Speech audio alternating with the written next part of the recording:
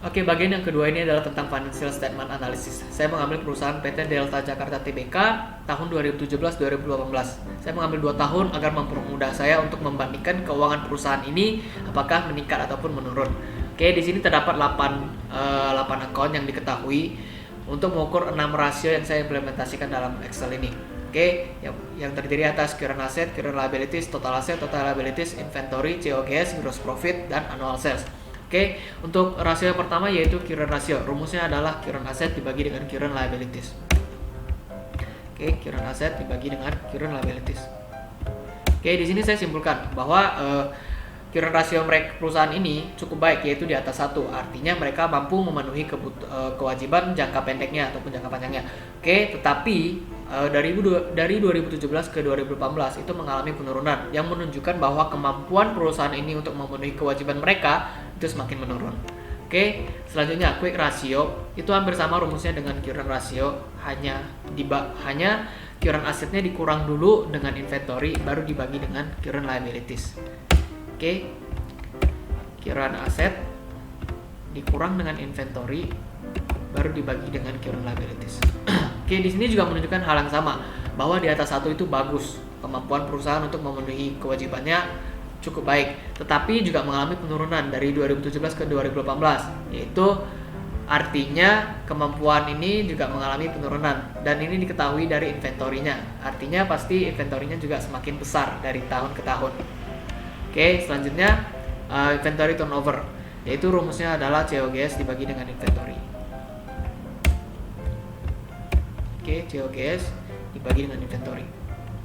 Oke, di sini menunjukkan bahwa di atas 1 itu juga bagus. Artinya perusahaan bisa memutarkan persediaan mereka dengan cara mengganti stok ataupun menjualnya.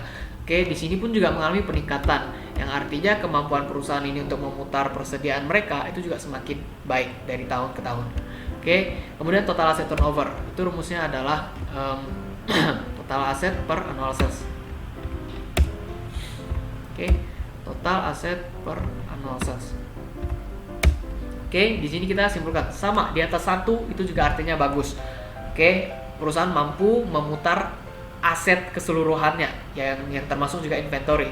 Oke, tapi karena 17 ke 18 itu mengalami penurunan, artinya kemampuan perusahaan ini juga untuk memutar aset keseluruhannya juga mengalami penurunan.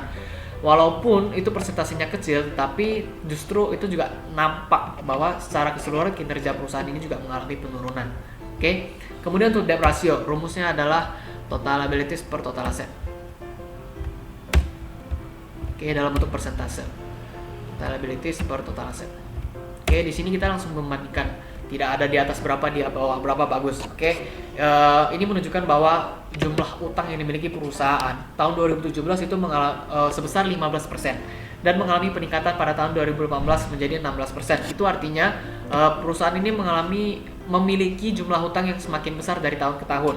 Oke, yang artinya resiko perusahaan ini untuk mengalami penurunan ataupun bangkrut itu juga semakin meningkat karena jumlah hutang yang besar pastinya menandakan resiko perusahaan juga semakin besar, gitu.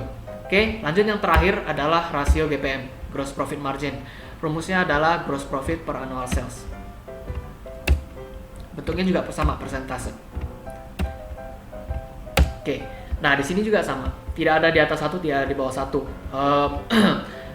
Margin dari laba kotor perusahaan ini tahun 2017 itu 74% dan mengalami penurunan pada tahun 2018 menjadi 73%. Itu artinya penghasilan atau dalam bentuk laba kotor perusahaan ini itu mengalami penurunan. Oke, artinya ini menandakan bahwa perusahaan ini juga bisa mengalami penurunan dalam hal laba bersihnya nanti, sehingga penjualannya menurun dan ya takutnya resikonya juga semakin meningkat bagi perusahaan ini. Oke, sekian penjelasan saya tentang financial statement analysis. Thank you.